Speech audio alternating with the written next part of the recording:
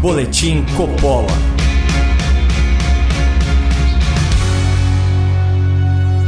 Sejam muito bem-vindos ao Boletim Coppola especial.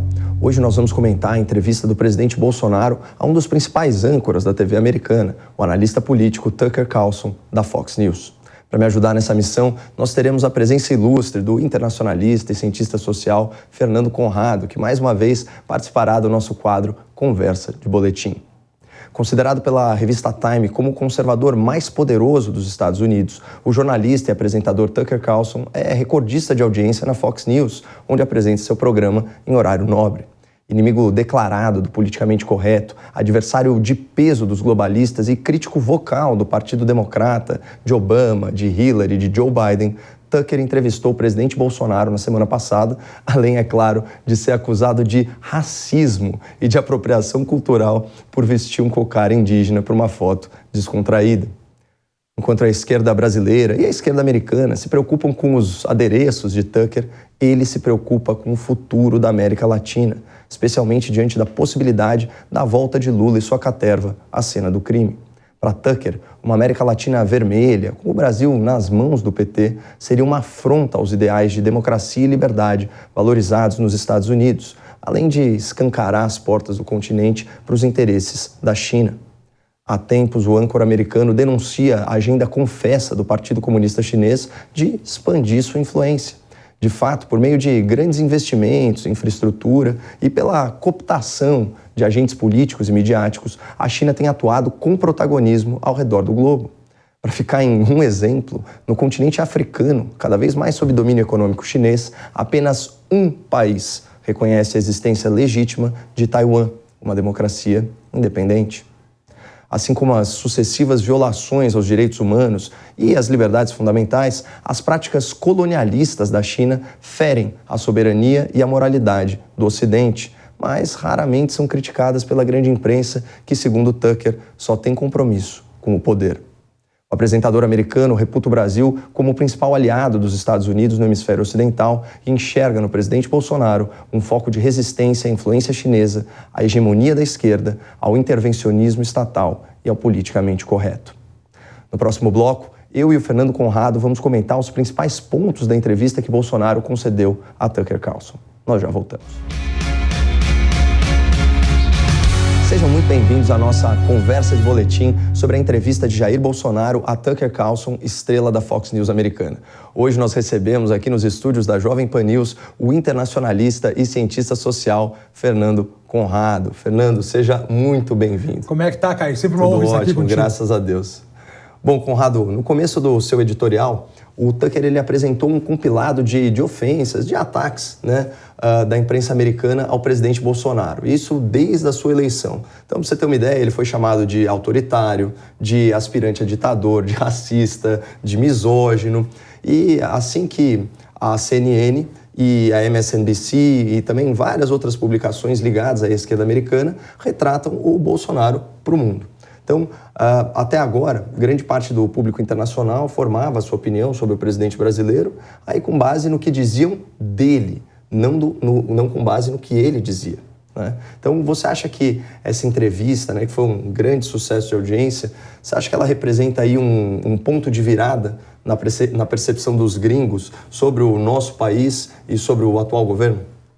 Boa noite, Caio. A parte mais interessante dessa conversa, a entrevista do Tucker Carlson com o presidente Bolsonaro, é exatamente quebrar essa bolha. A gente conseguiu ver aqui o Bolsonaro sendo muito direto, muito claro, tendo um discurso calmo. A posição dele durante a sua fala foi extremamente convincente às pessoas e deixando claro tudo isso que a gente está acostumado a ver aqui no Brasil, os ataques que ele sofre, o trabalho da imprensa atacando ele por todos os lados, o silêncio em questões importantes, todo o aparato de união. Quando a gente teve no início do seu governo, a gente teve essa ideia do ninguém vai largar a mão de ninguém, e a gente viu isso acontecer de maneira premente durante esses anos. Na minha visão, como tu bem comentaste, essa posição do Bolsonaro, essa entrevista tomando conta aí do mundo todo hoje, chama muito mais atenção e leva as pessoas de diversos cantos do mundo, como eu pude mesmo constatar, conversando com amigos aí, percorrendo as redes sociais, querendo que seus países também tivessem um Bolsonaro no poder, tivessem um presidente que se preocupasse com a sua nação, se preocupasse com o seu povo e principalmente com os principais ideais da tradição que a gente busca defender nos dias de hoje. Aliás, falando em ideais, né? Bom, acho que entre todos os ataques, né, que foram direcionados ao presidente brasileiro, tem aquela pecha de extremista. Na CNN americana, especificamente, foi dito que, aspas, Bolsonaro representa uma ameaça global crescente aos ideais do liberalismo. Veja só o que foi falado. Então, esse aqui foi o contra-argumento do Tucker Carlson. In conventional terms, Bolsonaro is in fact liberal. He has done nothing to stop civil liberties in Brazil. But at the same time, he is a nationalist. He cares about his country. He resists China. Therefore, he must be stopped. George Soros hates him, and so does Joe Biden. He's not with the program. Bom, jogo rápido, Conrado. Você concorda aí com o ponto de vista do Tucker Carlson?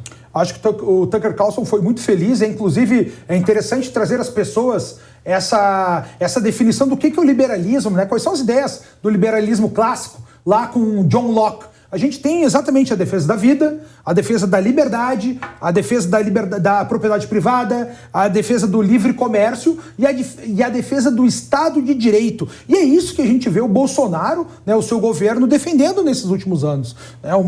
Uma agenda pró-vida, aumentando cada vez mais a liberdade econômica através de leis, defendendo a autonomia do cidadão se defender. Então, tudo que o Tucker Carlson fala ali, no primeiro momento, pode ser surpresa para muitas pessoas dos ideais do liberalismo, mas exatamente isso que os próprios conservadores, lá no início com Edmund Burke, né, faziam essa defesa. São esses que sempre vale a pena a gente ter na cabeça. A gente está falando de vida, a gente está falando de liberdade, a gente está falando de propriedade privada, está falando de livre mercado e está falando de Estado de Direito. Essas são as coisas que nós todos defendemos. Sim.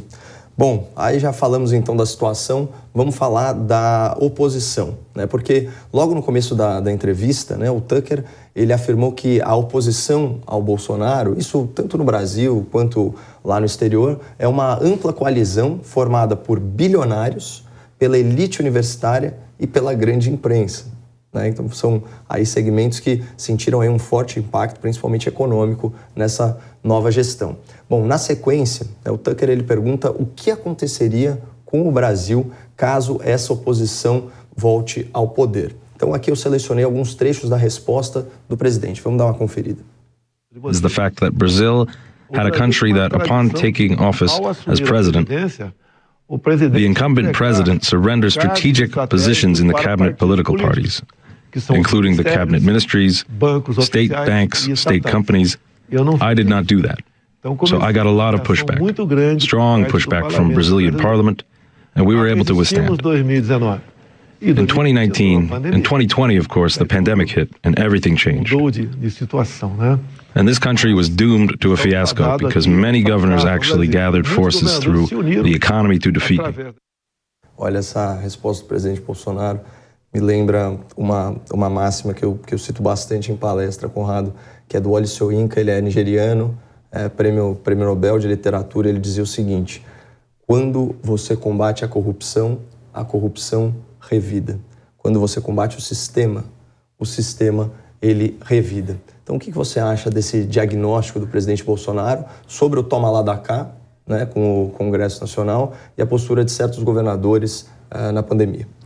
É interessante a gente pensar já o conceito de sistema, e aí também me vem uma frase do George Orwell, né, que nos falava o quê? Que a própria empresas como um todo, a marca, sustenta a mídia controla a massa e a massa paga a marca, consome a própria marca. E é isso que a gente vê que são esses elementos que o Tucker Carlson fala no início dessa entrevista. São os grandes bilionários, né, a mídia como um todo e os professores. O que a gente vê que todas as pessoas são aquelas que deixaram o poder, perderam o poder que tinham até antigamente. Normalmente eu falava mídia tradicional, mas não é mídia tradicional, é a velha mídia, né? Porque eles não defendem valores nenhum. E um grande ponto pra gente enxergar nisso aqui, Caio, que alguém que tem o poder na mão, não é porque ele venceu uma eleição que ele vai entregar o poder para o outro lado. Bolsonaro, você ganhou, tome o poder para você. Não é assim que as coisas funcionam. Isso é a definição do Zé Dirceu, inclusive, né?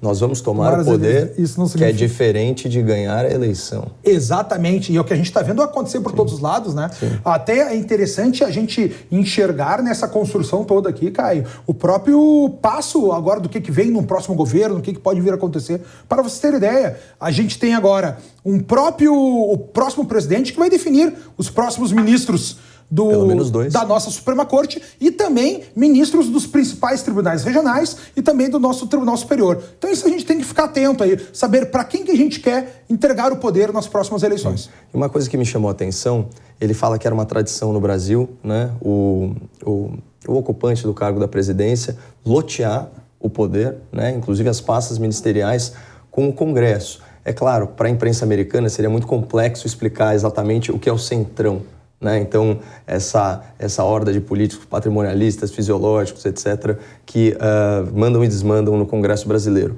Mas o que eu acho incrível, que eu queria até saber a sua opinião a esse respeito, é o seguinte. A gente sai de uma situação em que o centrão, né, o centro fisiológico, ele administrava coisa de 2/3, mais da metade do orçamento nacional. A gente tem um choque completo, né? Como ensina o Wally Soyinka, quando você combate o sistema revida. Ainda assim, hoje, se você comparar com o governo Temer, com o governo Dilma, então nem se fala, né? Quase 40 pastas ministeriais, com o governo Lula, você vai ter uma participação do centrão no orçamento federal propriamente dito, nos grandes ministérios, nos grandes budgets, vamos dizer assim, você vai ter uma participação infinitamente menor. E nas estatais você vai ter governança. Quando foi a última vez que a gente ouviu falar de um caso de corrupção estatal? Né? Então, nos bancos, nas empresas. Então, houve uma mudança de paradigma total. As pessoas querem criar uma equivalência como se o centrão continuasse com a mesma força que ele tinha. Não existe um senso de proporção, Não existe um senso de proporção. Eu estou errado nessa minha análise, porque às vezes eu me sinto solitário. Não, estamos juntos. Então, ninguém segura, né? Ninguém larga a mão de ninguém aqui. E é exatamente isso que a gente vive, cara. A gente vive num momento onde a gente teve uma transformação completa na própria visão de governo. Foi chamar pessoas técnicas para cargos e posições importantes, estratégicos dentro da nação. E isso é muito claro, a gente vê também como a velha mídia coloca isso dentro dos seus noticiários, né? Sim. Quando o governo tem algum erro, quem errou foi o presidente Bolsonaro. Quando dá certo, é o governo do Brasil. Ninguém traz essa benesse para o próprio presidente. A gente sabe que é ele, cercado das suas pessoas, que são o próprio governo. E é nesse sentido que a gente tem que abrir cada vez mais os olhos para enxergar como o que está por trás, o que a gente tem que vir a ganhar, o que a gente pode vir a perder nas próximas eleições. Será que é isso que a gente quer novamente? Será que é essa troca de favores declarados? Sim. Porque muita gente questiona Conrado, mas agora tem um orçamento secreto, agora saiu uma PEC dos benefícios, que chamam de PEC kamikaze, que eu não concordo com o nome, são PEC de benefícios, porque a gente está numa situação extremada nos dias de hoje, e o que a gente tem que trazer aqui que é o seguinte, olha só, esse é dinheiro público voltando para os cidadãos. Muita gente confunde, no mensalão também foi assim, mas não era. Lá a gente está falando de corrupção, de dinheiro de privados, né? De desvios financeiros. Hoje a gente está falando, porque quer queira, quer não, o centrão, tirando os caciques da política brasileira, mas o centrão nada mais é do que deputados que foram eleitos pelo povo e agora esperam ter alguma resposta, né? Sim. Não só os deputados através dessas medidas, mas também o próprio povo como um todo. O que a gente tem que fazer aqui é fiscalizar para saber para onde vai esse dinheiro e se tiver de alguma forma ter algum desvio, que sejam todos punidos. Acho que isso aí não tem dúvida nenhuma. Já que você abordou também um pouco do aspecto econômico, né? Eu estava falando mais de política. Conrado, vamos conferir só o complemento da resposta, né, do presidente Bolsonaro, quando ele foi questionado o que aconteceria se a esquerda voltar ao poder. Olha como ele recapitula, é interessante. We were able to successfully come to the end of 2020, 2021 and came to a positive balance of about 3 million new job posts created in Brazil during the pandemic. And we're now in the last year of my current term in office, and the left wing is really going desperate, because despite everything, we're doing pretty well. Apesar de tudo, nós estamos indo muito bem. Now, the problems in Brazil are the problems that are there for the whole world, such as, for example, inflation as a result of mistake and policies adopted during the pandemic, such as stay at home, and the economy will take care of itself later. The lockdown policies, as well as the war between Ukraine and Russia, which has partly, of course, affected the price of fuels, which in turn, of course, reflects in higher inflation levels. The left-wing uses that tries to use that to defeat me. If they do come back to power, in my view, they will never go back or go out of power again. Duas coisas. Lembra daquela frase da Jane Fonda, né? A Covid é uma dádiva de Deus para a esquerda. É verdade. Vem o Lula, né, num raciocínio emparelhado e fala: ainda bem que a natureza, contra a vontade da humanidade, criou esse monstro chamado coronavírus para que até os cegos enxerguem que só o Estado consegue dar fim a determinadas crises. Mas, enfim, eu acho que ele recapitulou de uma forma muito boa, falou o seguinte: olha, em relação ao resto do mundo, o Brasil vai muito bem, né? Então a gente tem geração de emprego. As pessoas esquecem, né, Conrado, quando a gente compara as crises, em 2015 e 2016, a gente tinha desemprego e recessão, retração econômica. Hoje no Brasil você tem crescimento econômico com emprego. É claro que tem o problema da inflação, que o presidente mundial, né? É um problema mundial. Mas eu queria aqui eu achei interessante o diagnóstico, como você falou, foi um diagnóstico sóbrio, sereno, até, né, respeitando a liturgia do cargo, né? Eu queria tratar agora finalmente do que o Bolsonaro falou sobre o Lula, né? Porque o presidente ele ressaltou, né, algumas diferenças importantes entre eles, né, sobre algumas pautas bem relevantes. Então, corrupção, proteção à vida, que você bem falou, né, proteção à vida inocente, despenalização, que é um assunto que me interessa especialmente, a legítima defesa e respeito à propriedade privada. Vamos dar uma olhada nisso. Such as abortion policy and the apparent partnership he has with many crooks and thieves. He wants many crimes to no longer be crimes. And he wants to be able to lend money to dictatorships all around the world. He wants to disarm the good, willing population. They also want to revitalize the MST, the Landless People Movement, and arm them. Por parte do movimento que eu chamo de terrorista chamado MST. Ô Conrado, assim, ó, curto e grosso, ouvindo esse diagnóstico do presidente da República. Não parece para você que a esquerda brasileira está empenhada no desmonte da lei e da ordem? Mas isso aí desde o próprio princípio, quando a gente viu até mesmo a grande transformação que a gente tem no Brasil aqui, Caio. Quando é que o nosso STF começou a desgringolar? Pô, tu é advogado, eu sou advogado, a gente tinha o orgulho... sou bacharel. Ok, mas de qualquer forma tem a formação em direito, sim. E a gente tinha orgulho da nossa Suprema Corte. Sim. Quando é que a gente parou de ter orgulho? Quando os requisitos necessários, que era o notável saber jurídico e a reputação ilibada, passaram a não ser cumpridos por quem? Pelo próprio PT, quando a gente começou a ter figuras que não eram grandes sábios, sim, e que tinham um pé na lama, um rabo preso, entrando na nossa Suprema Corte. A gente espera que os próximos ministros que venham a compor a nossa Suprema Corte tenham mais uma retidão de caráter. E o que o Bolsonaro fala aqui é algo que para mim é muito claro, e espero que seja claro também para a população, que a gente tem dois lados. Muita gente fala, a gente não pode ser... A gente vive num mundo de polarização, e polarização é ruim. Ao contrário, polarização é bom, porque a vida, no seu hardcore, no seu núcleo duro, ela é polarizada. É o bem e o mal, o justo e injusto, o belo e feio. Tu entende? Então, o que a gente tem que ver aqui é o seguinte, por exemplo...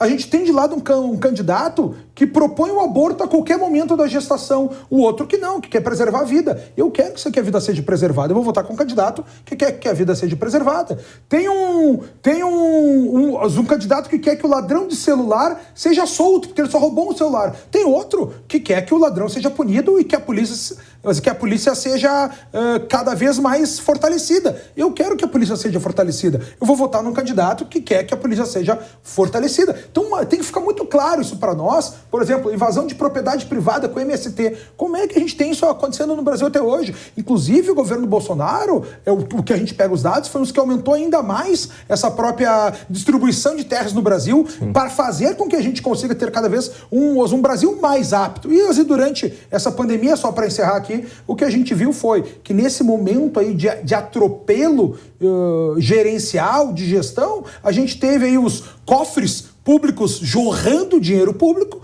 e a gente vê, inclusive, vários casos de corrupção pelo Brasil e agora o mais impressionante, Caio, que todos eles já foram punidos, até mesmo o governador Witzel, né? Pô, num ano, ele comete um ato de criminoso de corrupção e é punido no mesmo ano, já sai do mandato, a gente não tinha essas coisas a apuração relâmpago, né? O que eu quero trazer para as pessoas é que pensem, olha como o Brasil já mudou. Só o fato da gente ter um assunto desses aqui, num horário importante, em rede nacional, numa TV diferente como é a Jovem Pan, já deixa claro que o pensamento da população está mudando quando todo e tem cada vez mais lugar para todas essas discussões. E eu acho que o nosso país, ele inclusive evoluiu dentro dos estereótipos que eram manipulados, né, pela esquerda, né, que arrogava para si o monopólio das virtudes. Então, quando a gente, por exemplo, olha os grandes programas de transferência de renda, foi nesse governo que todos os recordes foram batidos. O auxílio emergencial, por exemplo, ele pagou 10 anos de Bolsa Família, né, em coisa de 6, 8 meses. E agora a gente tem o Auxílio Brasil, né, lógico, dado o contexto, né, porque um governo que obriga pessoas saudáveis a pararem de trabalhar, depois tem que dar uma certa compensação, mas você vê a parcela média está na ordem aí de R$ 409, a parcela do Bolsa Família era R$ 191. Então olha que curioso, o governo que tinha a pecha de extremista, de radical, de racista, de misógino, é o governo que mais está protegendo os vulneráveis com grandes programas de transferência de renda. E falando no que é mais importante, né, que é o respeito à vida, é você zelar pela incolumidade física das pessoas, pela segurança delas, a gente sai de uma realidade no PT de 61 mil mortes violentas intencionais por ano, em 2016, e cai para o menor nível agora de 41 mil mortes. E ainda assim querem fazer parecer que esse é um país de gente esfomeada como nunca foi e violenta como nunca foi. Isso simplesmente é uma narrativa, né? E eu queria aí uma mensagem final. Você acha que essa entrevista do Tucker, ela pode ser realmente assim até uma linha de orientação para a comunicação do presidente da República? Eu adorei o modo como ela foi feita, porque o presidente estava muito tranquilo, sendo bem pontual, firmeza nas suas alegações direto, que é uma característica do nosso presidente. E como eu já te falava já no início da nossa conversa, acho que essa vai ser uma grande transformação até mesmo no exterior, porque é isso que serve, né, o programa do Tucker Carlson, que é o mais visto no mundo todo aí, é ter agora uma visão do Bolsonaro pelo próprio Bolsonaro, de modo que as pessoas tirem as suas próprias conclusões. Tá certo. Bom, Fernando, mais uma vez, muitíssimo obrigado aqui pela sua presença, abrilhantando o nosso boletim, a nossa conversa de boletim. É sempre uma satisfação. E para você que quer conhecer mais o trabalho do professor, doutor Fernando Conrado, siga o @Fernando Conrado no Instagram e no Twitter e visite www.fernandoconrado.com.br, isso para acessar cursos muito legais de cultura, cursos muito bacanas de desenvolvimento pessoal. Então, muito obrigado, não percam a esperança no Brasil e até amanhã. Tchau, tchau.